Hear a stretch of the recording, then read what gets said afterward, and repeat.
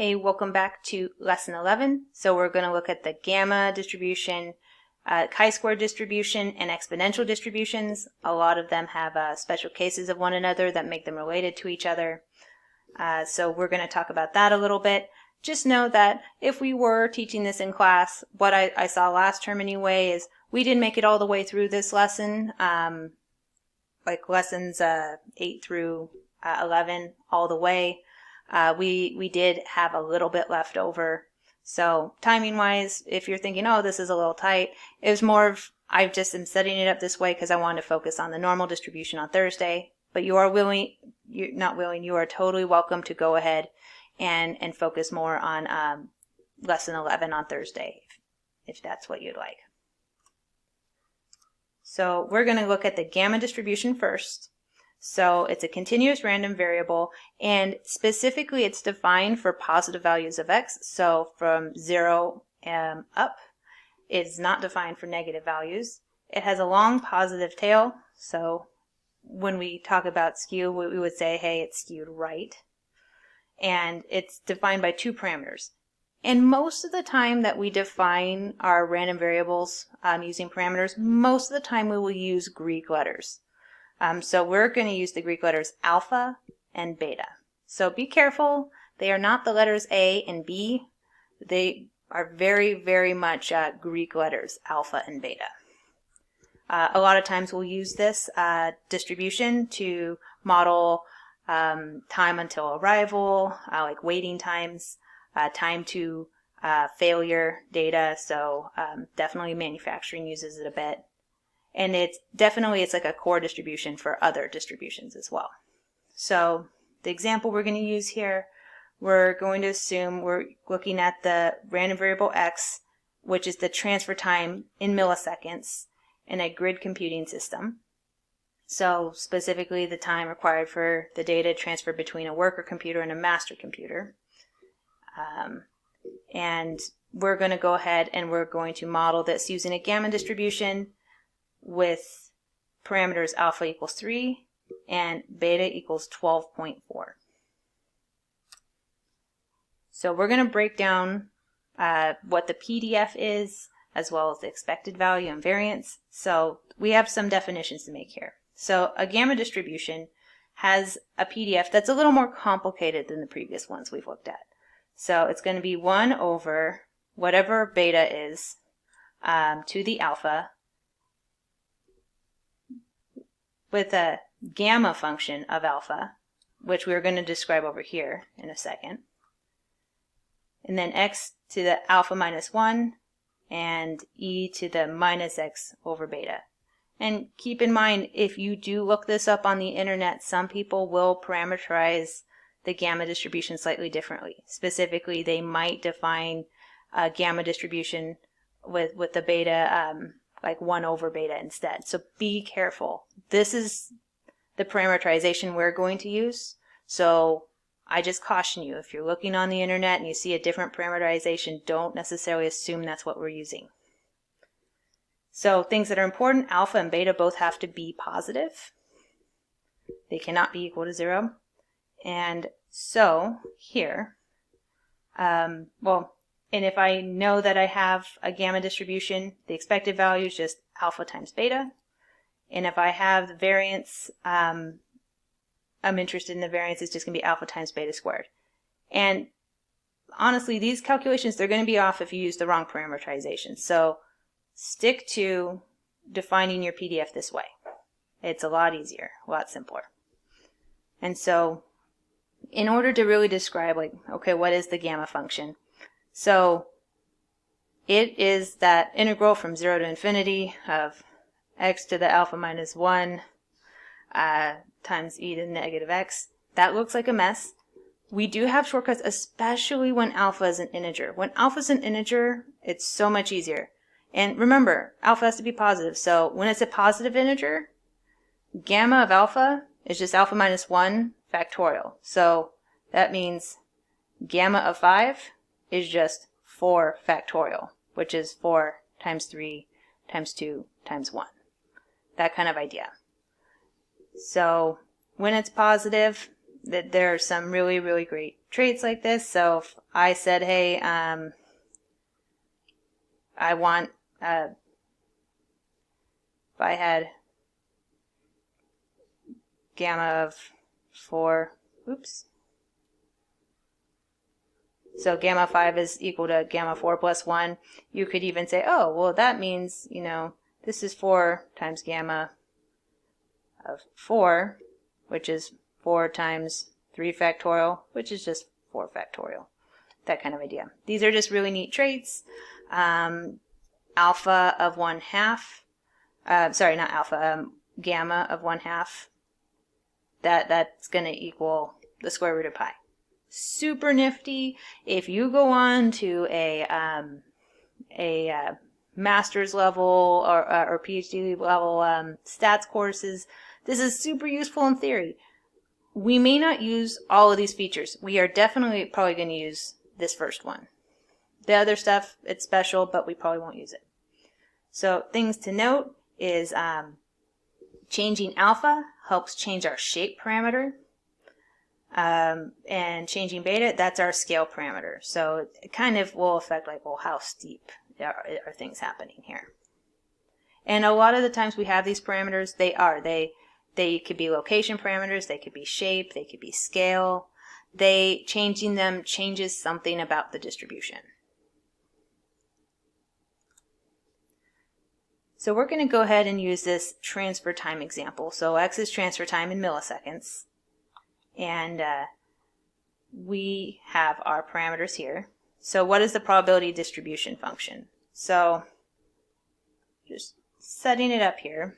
So f of x, it's going to be equal to 1 over beta to the alpha, gamma of alpha. So this is a function. Be very careful, it's not multiplication, that's a function. And then x to the alpha minus 1 times e minus x over beta for x greater than or equal to 0. So I'm going to define it in parts because I'm going to say it's 0 else. So that's x over 3 minus 1 is 2 times e the minus x over 12.4 over 12.4 to the third times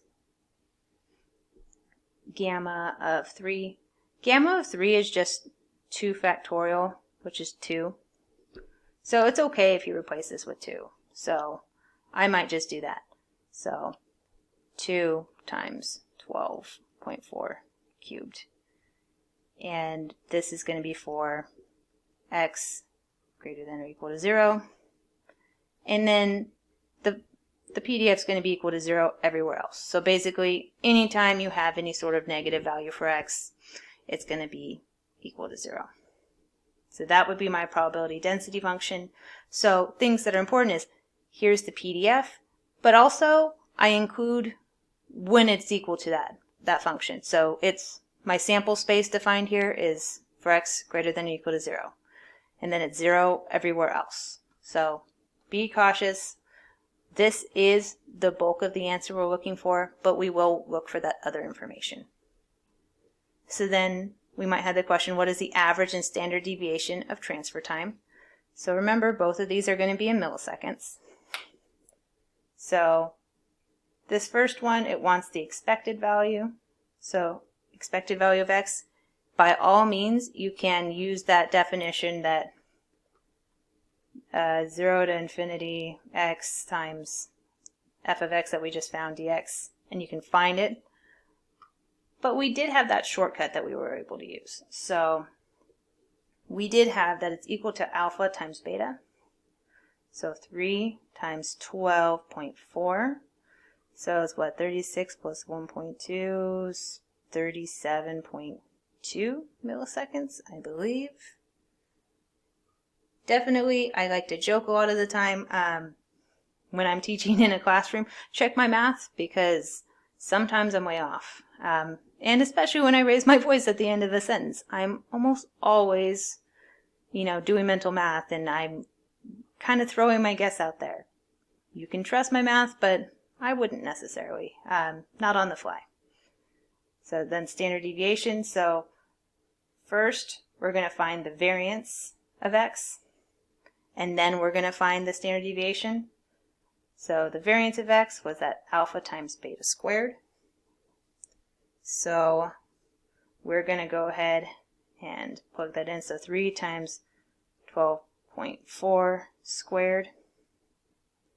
So it's something like 461.28. So if you wanted to put units, this is milliseconds squared, which is a little funky. So we didn't quite answer the question. We want standard deviation. So standard deviation, all we need to do is take that variance and square root it. So square root. So square root 461.28. And I end up getting about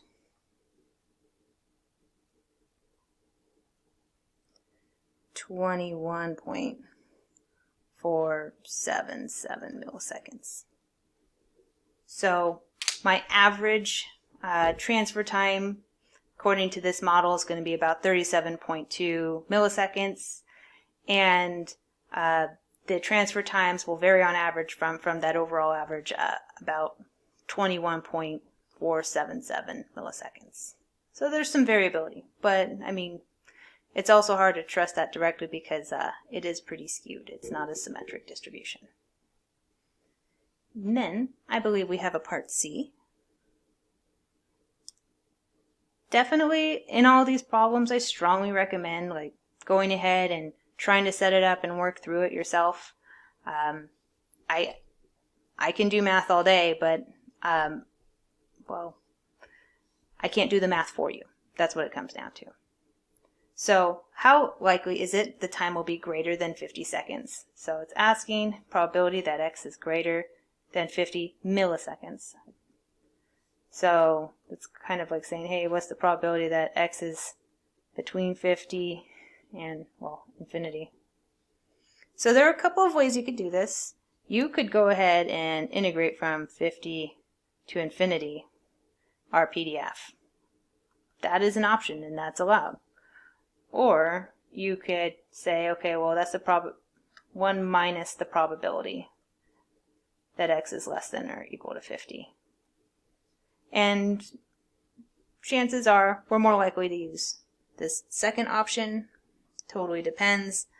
I honestly prefer having one of the endpoints that I'm integrating be 0. It does make things work a little bit nicer.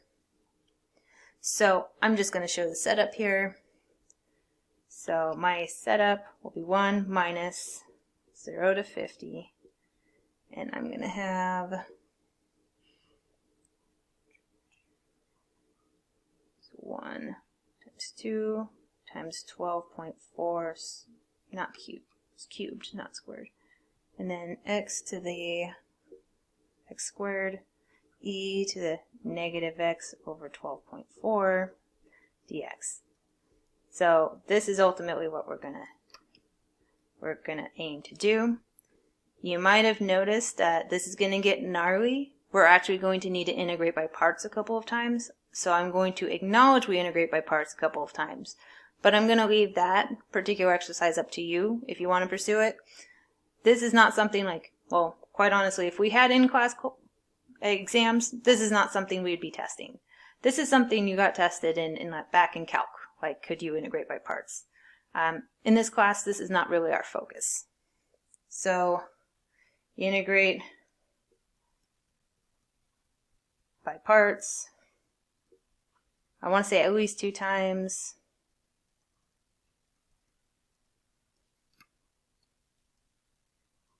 And I'm going to get 1 minus e to the negative x over 12.4 times x squared over 12.4 squared times 2 plus x over 12.4 plus 1. All of that evaluated at from 50 to 0. I'm going to do math because, well, once again, I'd run out of room here, and I trust we have the ability to do this math. Definitely, I strongly recommend working through it on your own. So it ends up being 1 minus 7,666, which is equal to 0.2334. So about 23.34% of the time you randomly select a transfer time from this distribution, you're going to get a transfer time that takes longer than 50 milliseconds. So that's what that's getting at. And definitely, you could have done it this first way. You could have integrated from 50 to infinity. But it does tend to get gnarly pretty quick. So we have a tendency to prefer to do 1 minus the probability we aren't interested in, because what's left over is the probability we want. Okay, so my chi-square distribution, that's what this extra slide was to do all that work. So chi-squared, it's also very, very commonly used. So it's a special case of the gamma distribution where, and we're going to throw another Greek letter at you. This is that Greek letter nu. It does look like the letter V, but it is a Greek letter called nu. So the special case where we have alpha is equal to nu over 2. Nu is going to be the parameter we use in chi-square distributions, and beta is equal to 2. So it plays a whole lot of roles. There are definitely a lot of methods that use the chi-square distributions. Goodness of fit type tests, for example. So it does have a long positive tail. So like the gamma distribution, it is also right skewed or positively skewed. And that it just has the one parameter here where it's nu, the Greek letter nu. So when we have something with a chi-square distribution, it has this delightful PDF. So it is a little more, it is a special case of the gamma, but it's a little more complicated. So like here, you notice I threw in beta is 2, that kind of idea. And then everywhere there was an alpha, now it's nu over 2, nu over 2, nu over 2. So it is important, those degrees of freedom is what nu is, our parameter, are the degrees of freedom. It does have to be positive. It can't be 0, it has to be positive. So when we have a chi-square distribution, you can absolutely integrate, find the expected value that way. But when we have chi-squared, we do know that the expected value is always going to come out to nu, and then the variance is going to be 2 times nu. And so we start out here where it has this really like steep, like exponential type curve, but as you increase the degrees of freedom, so they get bigger and bigger, they get more and more, like, I wouldn't say they're exactly bell-shaped, but they become less of that exponential shape and closer to that like bell shape. So we're not going to do an example with this particular one, but we did want to introduce, this is a really commonly used distribution. So then we're going to throw the exponential. And I like the exponential. Out of these three, it's probably my favorite. It's, well, it's a special case of, but it's a special case of the gamma. So where alpha is equal to 1 and beta is equal to 1 over lambda, because exponential is going to use the parameter lambda. So in case you hadn't noticed, most of the time we're going to have parameters that have Greek letters. The time that I can think of specifically where we don't is the uniform, but just about any other time we're going to use Greek letters. So keep that in mind. So we have alpha, we have beta, and we have lambda. So a lot of times this might be like a waiting event. So it might model the time until an occurrence happens. I've seen it used to model waiting times for like, hey, when will someone come into this facility? That kind of thing. It is also right, skewed right. And it's only defined for positive values of x. So you might notice that all of the random variables from this particular lesson are defined for positive values of x. And yeah, a lot of times it'll model arrival time or failure time. So the example we'll use here is they decided at a specific airport, probably at a specific year or month, that they could model the rainfall at that airport with an exponential distribution with an average of 2.725 hours. And that would be a good model for their rainfall duration. So how long it rains when it rains there. And this is really important to airports. Snowfall is super important as well. It really dictates like when flights can go out and what kind of maintenance will be required. I know I lived a couple of years in Montana there, and a lot of times, so thankfully, like we lived somewhere, the airport was somewhere where the ice would not be quite as bad as in town. So because de-icing planes is expensive and stuff like that. So just the maintenance that's required. They're definitely interested in rainfall and snowfall. So when you do determine that you have yourself an exponential distribution, it's going to look like you have a lot more probability up front, and then that probability gets lower the further time goes on. So the PDF is going to be lambda times e to the minus lambda times x. This is true when x is greater than or equal to 0. Otherwise, our PDF is going to be equal to 0. Lambda does need to be at least, it has to be greater than 0. And if we have an exponential distribution, finding the expected value and the variance is pretty straightforward. The expected value is just going to be 1 over lambda. The variance is going to be just 1 over lambda squared. So lambda, it's the parameter that defines the shape. So as you look here, this orange one, it's not very steep. As I increase lambda, it kind of gets steeper up in these smaller values, and then it gets smaller faster in those later values. So it has to do with like how quickly the probabilities decrease. So we're going to use this airport rainfall. So recall x is rainfall duration. And I mean, it's at this specific airport, and it's probably during a specific time period. And it's in hours.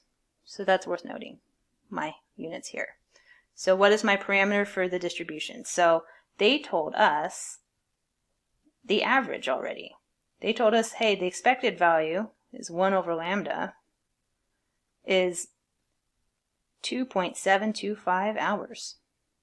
So they gave us enough information that we could solve for lambda, right? I could use just this. I could divide both sides by 2.725 and multiply both sides by lambda. So we get lambda is equal to 1 over 2.725. It's going to equal, just a moment, because this is not math I do in my head, granted. So it's going to be about 0.36697. So that'll be my parameter, lambda. I probably would even leave it as 1 over 2.725. So what is my probability density function here? So remember, my PDF is It's going to be lambda times e to the minus x times lambda, or lambda x. It doesn't really matter with that multiplication. And it's for when x is at least 0. I think I'm not sure if it has to be strictly.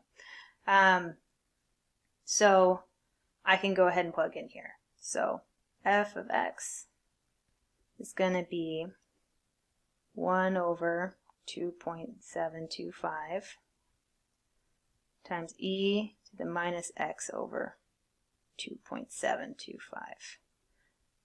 I'm going to cut this off. So when x is greater than or equal to 0, and it's going to be 0 everywhere else. And this is what we'd be looking for. So things to note is, once again, similar to the gamma, if you just search on the internet, you can find slightly different parameterizations for the exponential. It will change, like instead of being 1 over, it'll be the other. I want you to be very careful. This is the parameterization we're going to use, so please stick to this particular PDF. Otherwise, things can go sideways really quickly. Just know that other people, like, they'll look at like lambda, and some people would look at 1 over lambda, and it can get confusing. So now that I have this probability density function, I might want to ask questions like, what's the probability it will rain longer than 5 hours? So there's, a handful of ways you could do this. So probability x is greater than 5. Chances are we're going to say 1 minus the probability that it's less than or equal to 5. Because, once again, integrating with 0 as one of your bounds tends to make things a bit easier. One thing, though, I do love is, as far as integrating goes, the exponential distribution's a dream. It is so pleasant. It really, really is. So just setting this up. So from 0, because that's the minimum value there, to 5, for 1 over 2.725 times e to the minus x over 2.725 dx. And that is my setup here. So there are a few ways you could do this. I went ahead and I did a u sub. You don't have to. But it made my life a little bit easier. So I went ahead and I made the u minus x over 2.725. So du over dx ended up being minus 1.2725. So I was able to just say du is minus dx over 2.725, which is cool. So I'm just going to say this equals 1 minus, I'll fix the bounds in a minute. It's a lot easier to switch back to x before. So I will have e to the u minus du. So then that will be positive here.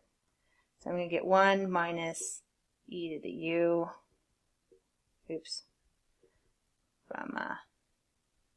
from my bounds here. I'm going to go ahead and switch back here, minus x over 2.725. Once again, it's one of those, I'm super grateful I'm not a calc teacher because I know they want you to write the bounds everywhere. I'm doing a u sub and then switching right back. So I'm going to use my old bounds here from 0 to 5. And then, so let me see. I might run out of room. We'll see. 1 plus e to the minus 5 over 2.725 minus e to the 0, which is just going to be 1. So 1 minus 1, these will cancel out. you're just going to get e to the minus 5 over 2.725. And that's going to be about 0.1596. So what that gets at is if you had rainfall and it's modeled using an exponential with an average of 2.725 hours, randomly selecting a rain duration from this population that lasts longer than 5 hours happens about 15.96% of the time. So it does happen. Ultimately, we were finding this area here. That's what we were looking at. So then, what is the median amount of rainfall? So this is getting at, I want to know 50% of the rainfall durations fall below this point. So I'm going to guess it's somewhere in between here, 50%, and I want to know what this value is. So what is my median amount? So I'm looking for the 50th percentile. So the value of x that has 50% of the durations below it. So just setting this up here, if I want CEF of my median, that's going to be from 0 because that's my lower bound to this value of the median of my PDF here.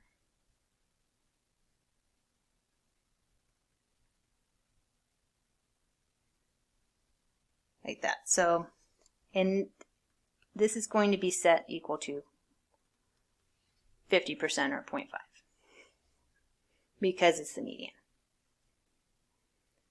So from here, I can go ahead and find that, well, I guess I don't need the equal sign there, minus e to the minus x over 2.725 from the median to 0 is equal to 0.5. So then I'm going to have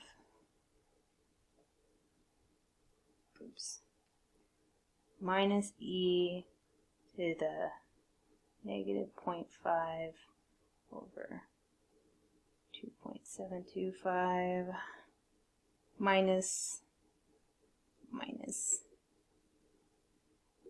So this will be just plus 1.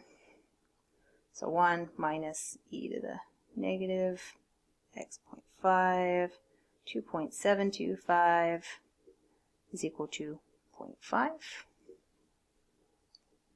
So then I can go ahead, figure out, get all the terms that have the x I want to solve for on one side. It's like throwback to algebra, right?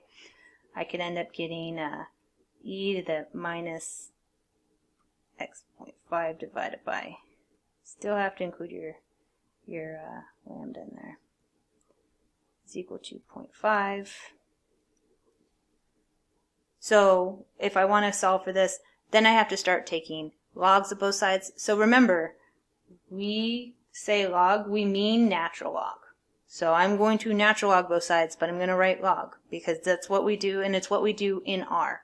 So if you want to use natural log in R, you actually use log, and then you put the value in your parentheses. So keep that in mind.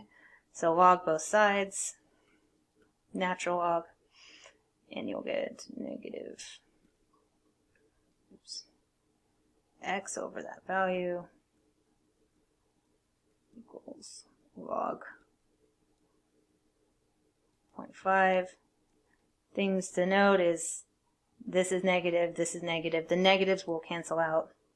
So then you'll get your median is equal to 2.7 negative 2.725 times log of 0.5. Let me see. This is going to be something like 1.888 1.883 hours. So what this is saying is that 1.8883 hours, half of the rainfall durations in this model fall below 1.8883 hours, and half of them are longer than that. So that's what we did, locating our median amount of rainfall. Just note that if you calculate a median or percentile, it's going to have the same units as your random variable x. So here it's hours, so our units are hours. And I believe that should be our lesson 11. So stay tuned. We're going to go into the normal distribution. The normal distribution is huge. We're going to have a table. We're going to have some extra examples. Definitely check out the your turn questions. Definitely helpful to use. Totally understand if you end up watching a lot of this lesson on Thursday. It goes over. We'll see you for lesson 12.